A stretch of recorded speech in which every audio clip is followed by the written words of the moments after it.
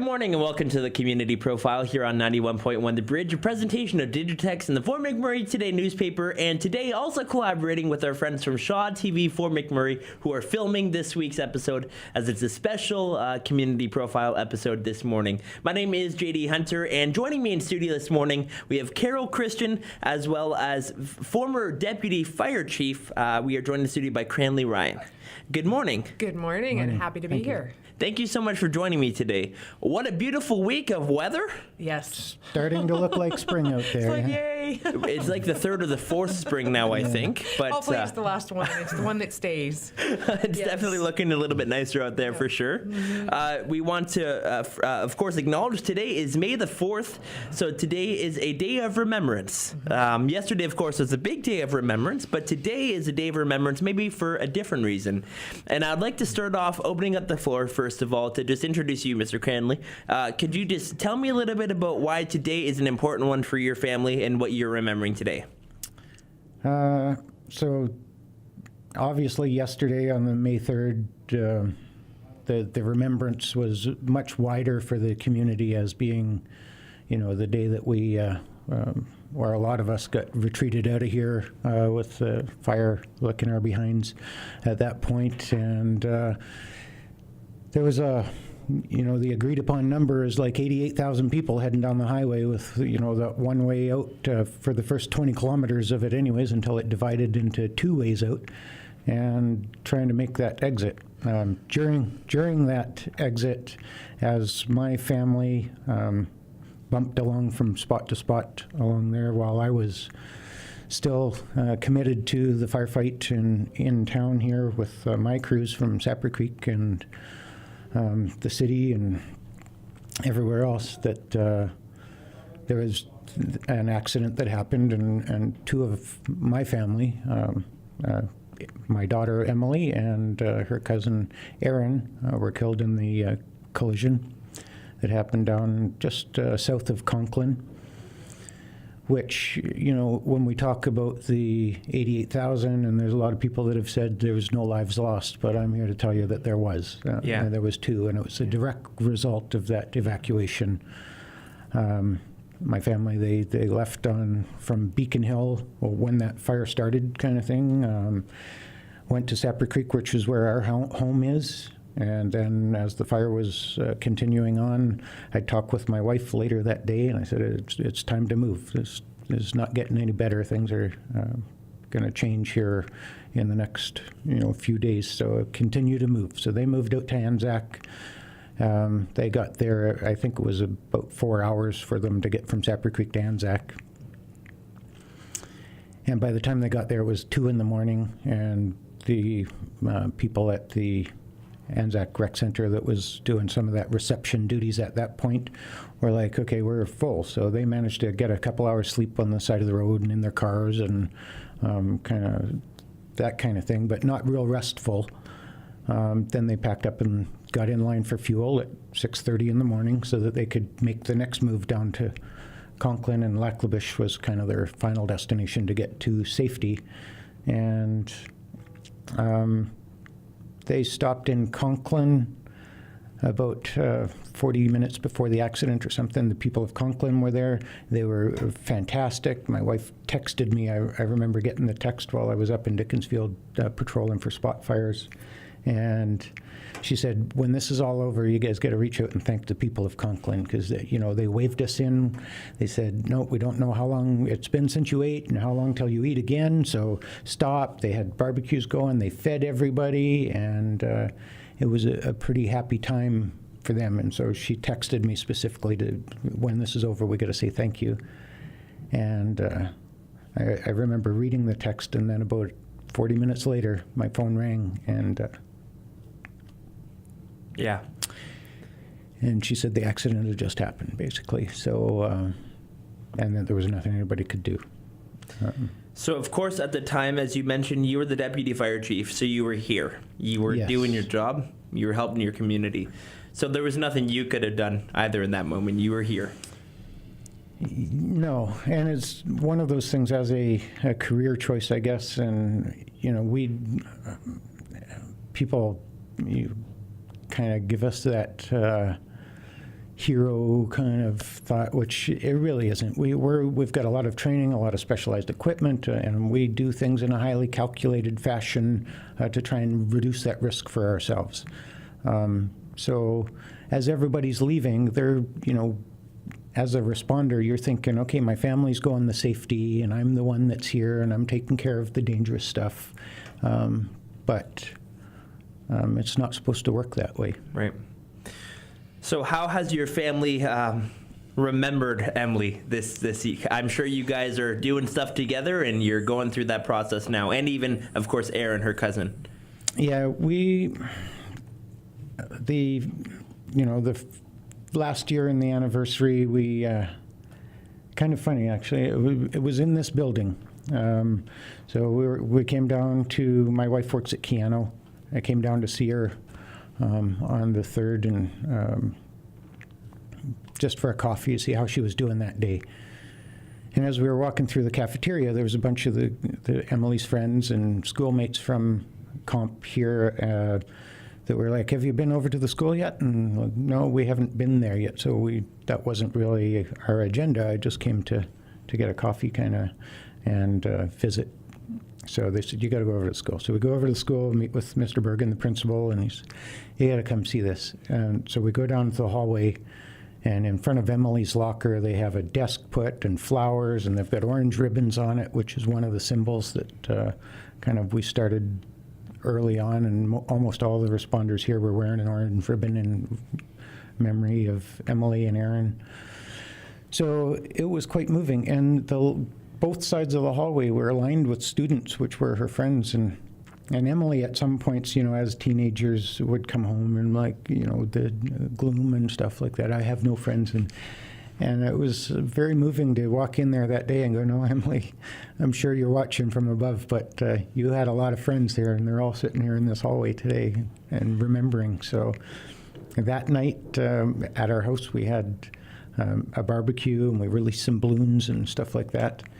And there was probably 200 people that came, family, friends, students, teachers, that kind of were at our house celebrating this. They were playing volleyball in the front yard. They were having fire pits in the back and cooking hamburgers and hot dogs. And so that was pretty moving to see that kind of support. And,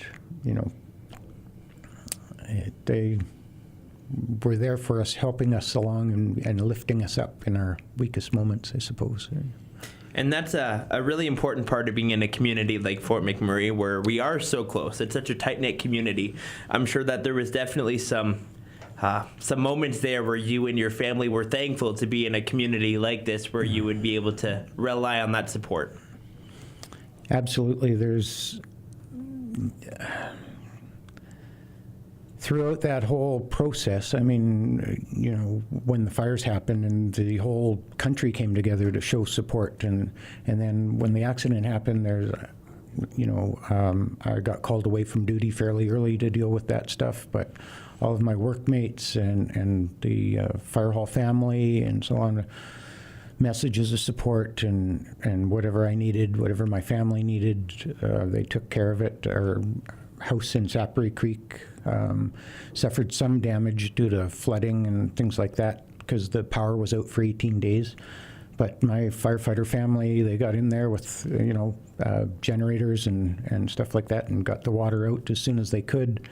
They cleaned out the fridges so that there was, so we've always had a large support network to rely upon between family, the fire department, our work families, and our friends, and that continues today for sure.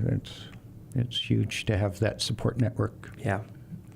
We are in a great conversation this morning. We have a former fire deputy chief, Cranley Ryan, in studio, as well as Carol Christian. And we haven't heard too much from Carol, but we'll hear from her coming up in this next segment. This is the Community Profile. We're going to take a quick break, and when we come back, we'll continue on with this conversation. Joined in studio, as I mentioned, by my two guests today to talk about honoring the heroes of Wood Buffalo, and I'll tell you more about that in just a few minutes. This is the Community Profile, a presentation of Digitex and the Fort McMurray Today newspaper, as well as Shaw TV Fort McMurray, who are joining us this week to record the video of this conversation. I'm JD Hunter. We'll be back right after this.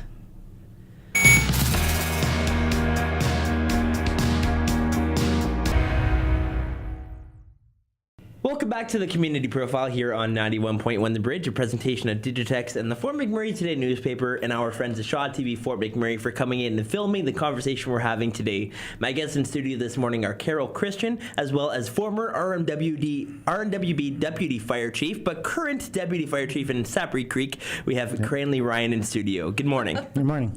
Good morning, Carol, as well. Your name is so much easier, Carol. I know, right? It's just Carol Christian. That's all simple.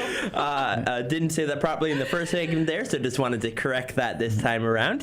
Thank you once again for coming in studio to join us today for this conversation. Thank you for having us. If you missed the first segment, we kind of went over a little bit of what May 4th meant to the Ryan family, what led to what happened on May 4th, and now we're going to talk about what's coming out of May 4th. And something very incredible and an awesome opportunity to remember is happening. And maybe I'll give it to Carol to start off this time, but Carol, tell me about what's being collected, what's happening right now. What's in the works? What's in the works is in true community spirit of Fort McMurray, we've had a group of volunteers come together, including Cranley and Mel, members of the Ryan family, to create an Honoring the Heroes Memorial Park. And a big part of this park is a memoriam to Emily and Aaron and celebrating their life. So this park now, we do have the land in Beacon Hill, which is very appropriate as the park and Beacon Hill is very important to the Ryan family. So it's very key to that. And we're creating a park that is, it's going to speak to the tragedy of what we went through on May 3rd and May 4th. We have to recognize that.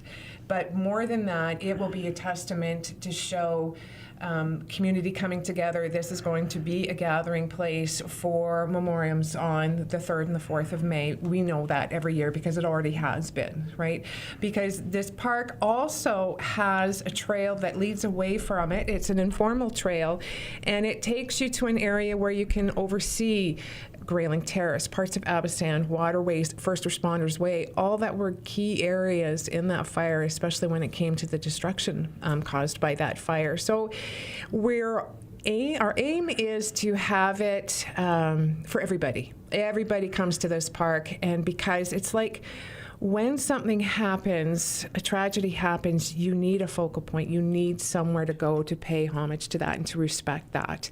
And we know this park will be that for a lot of people. But also, we expect this park to be very much a heartbeat of this community. And people will come there because we will have playground elements to it, but they're going to be natural elements. So they're going to be a lot of wood to climb on, things like that, rather than the usual sort of plastic swings and teeter-totters, that kind of thing. We're going more natural. We'll have benches set up. We are going to be working with the local arts community to have some art installations put in the park, whether even it's the benches painted or maybe a book sculpture, because Emily was very much an avid reader, and have little book sculptures there and all of that for people. Anybody, everybody, come and celebrate this park. And we have to give a big shout out to the RMWB, who have been fabulous. They have granted us the parkland.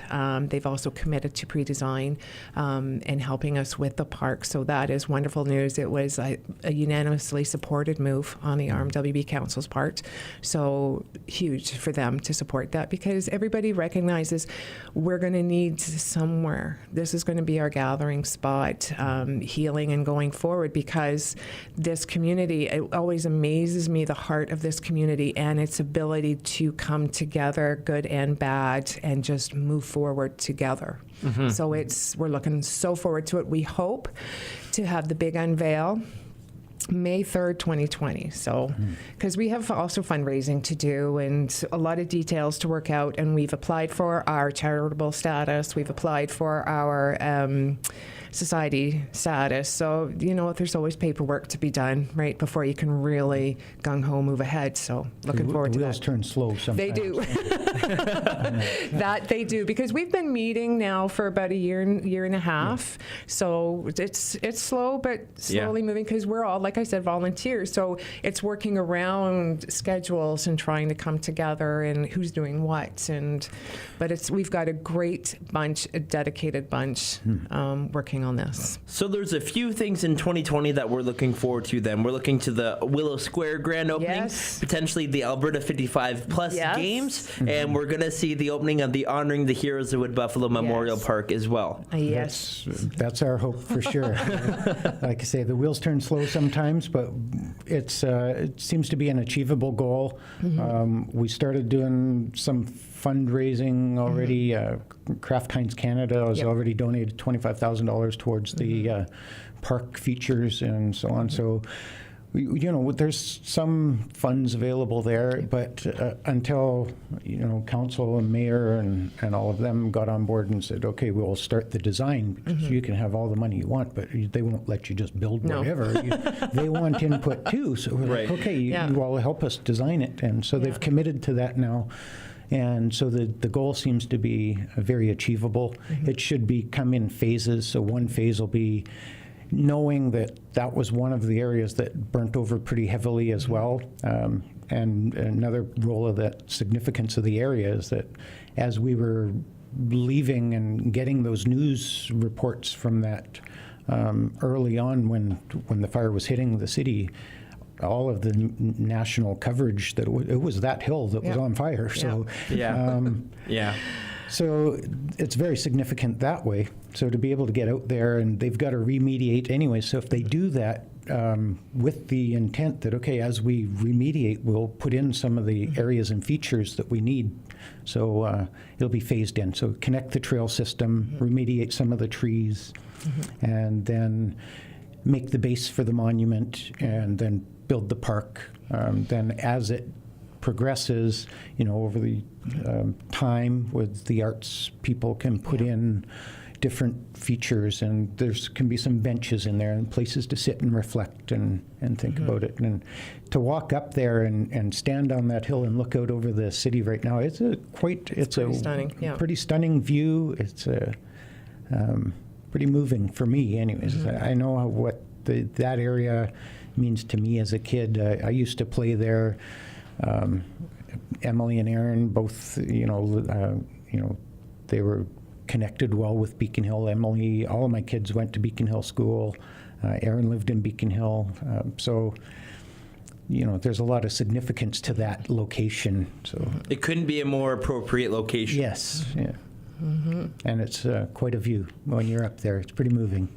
So there is definitely a really great plan that's been put into place, something that's going to allow the community to really remember this, but also to have a way to enjoy it as well, which is a good way to be able to do that.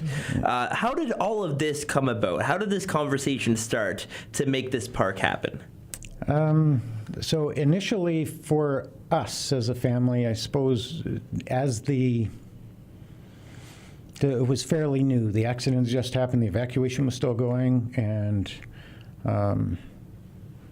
there was a lot of people that were donating, some money and they give you cards and things like that. And we were not wanting to profit from this event. We just kind of kept it all aside in a trust fund. We built a trust fund. And with the intent that maybe we would put in a park bench somewhere in Beacon Hill, because Beacon Hill was important to us, and that's kind of why we said Beacon Hill early, was what we were going to do with this money. Right. And then the amount of money grew to, a few $1,000s, and then $15,000, and then we saw this thing Kraft Canada was doing, so we wrote them a letter, and they said, yep, absolutely, we want to help you with that. So we have that. One of the other things that I think it was May 5th or 6th, there was a Who concert in Edmonton at the time.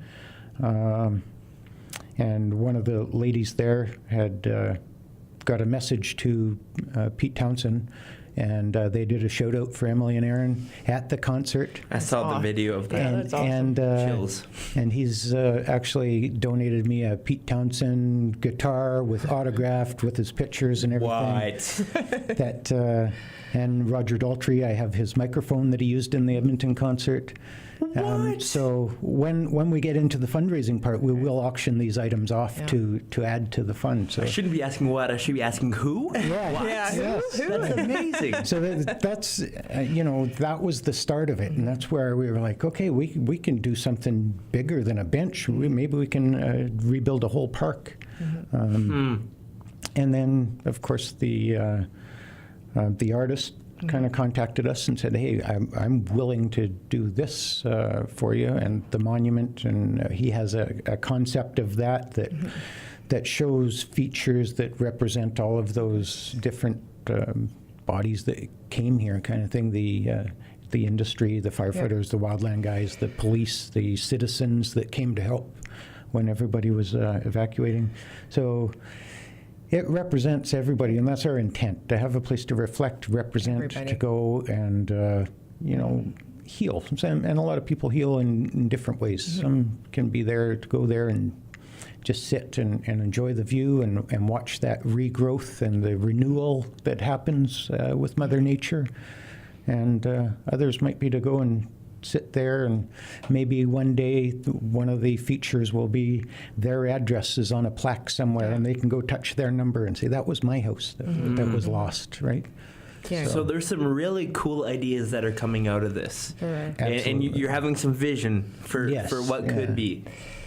And Yeah. that's pretty incredible. We're going to take a quick pause to go to break once again, and we're going to continue the conversation that we're having this morning with, and I need to say this right, I have to flip my paper again so I say this properly. We have Deputy Fire Chief of Sapri Creek and former RNWB Deputy Fire Chief Cranley Ryan and Carol Christian joining us in studio this morning to talk about honoring the heroes of Wood Buffalo Memorial Park, which is looking to open in 2020. And I'm looking over here now. There's a camera in here. I'm not used to this. Hello, camera.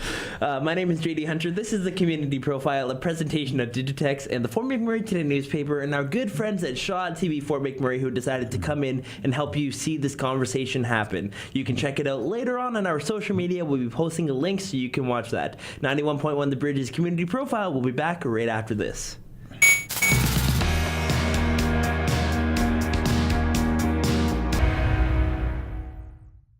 Welcome back to the Community Profile on 91.1 The Bridge, a presentation of Digitex and the Fort McMurray Today newspaper, and today as well our good friends at Shaw TV Fort McMurray for filming today's conversation about honoring the heroes of Wood Buffalo Memorial Park coming 2020. Joining in studio this morning is the former RNWB Deputy Fire Chief and current Deputy Fire Chief in Sapri Creek. We have Cranley Ryan in studio this morning. Morning. Good morning. Again, thank you so much for being here. It's been a great conversation. Carol Christian is the one chuckling right now that you hear as well. She's always chuckling, though. She's always happy.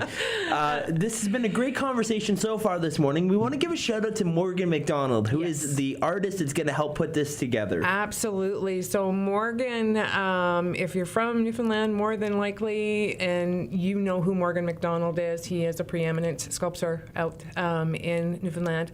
He has approached, when the fire happened, he had approached members of the community, including the Ryan family, to say, hey, I want to do something. So this was all of his own volition. He just came in and said, hey. So he's come up. Many people would have seen the miniature version of the statue that will be going into the Honoring the Heroes Memorial Park. It is right now a second stage of our project. Obviously, the park for Emily and Aaron, are priority. Mm-hmm. This is the second part. So for people who don't know Morgan, he is the artist. One of his more recognized works is the RCMP Memorial statue in Moncton. Right. He is the artist who did that. Right. So what he has planned for this park is going to be a 16-foot bronze statue. It represents everybody. There is, there's firefighters in there. There's regular people with giving a hand out. There is an Aboriginal component. There is an industry component. Everybody. There's flames going up, and his plans are to have like a helicopter somehow. I don't know how he plans to do it.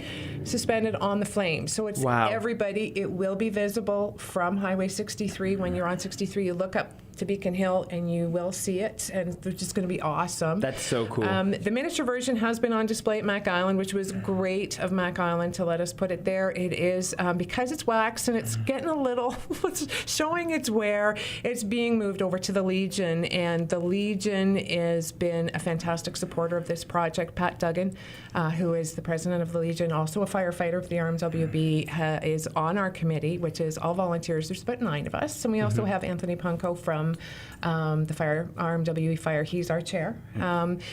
Been wonderful. Syncrude Fire. Syncrude Fire. Sorry, my bad.